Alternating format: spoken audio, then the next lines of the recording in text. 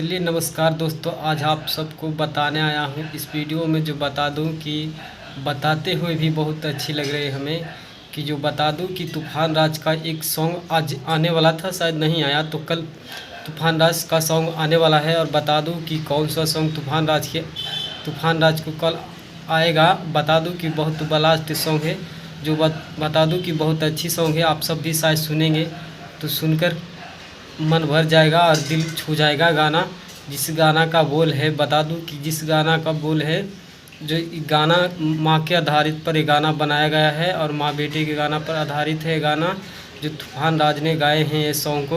और बता दूं कि गाना को क्या बोल रखा गया है, तो गाना का बोल है कलयुग का बेटा, जो बहुत अच्छी सॉन्ग है। तो बता दूं कि कल सुबह ही तूफान राज ऑफिशियल पर सॉन्ग आएगा, और जाइए और जाके सुनिए और सुनने के लिए तैयार रहें। तो शायद कल नहीं तो आज नहीं आ पाया है, इसलिए तो बता दूं कि कल सॉन्ग रिलीज हो जाएगा। तो ज़्यादा से ज़्यादा विश्वास करते हैं कि कल ही आएगा, शायद आज भी आ सकता है। ये सॉन्ग तूफान राज ऑफिशियल चैनल पर रिलीज होगा, जिस सॉन्ग को टाइटल रखा गया है कलयुग का बेटा।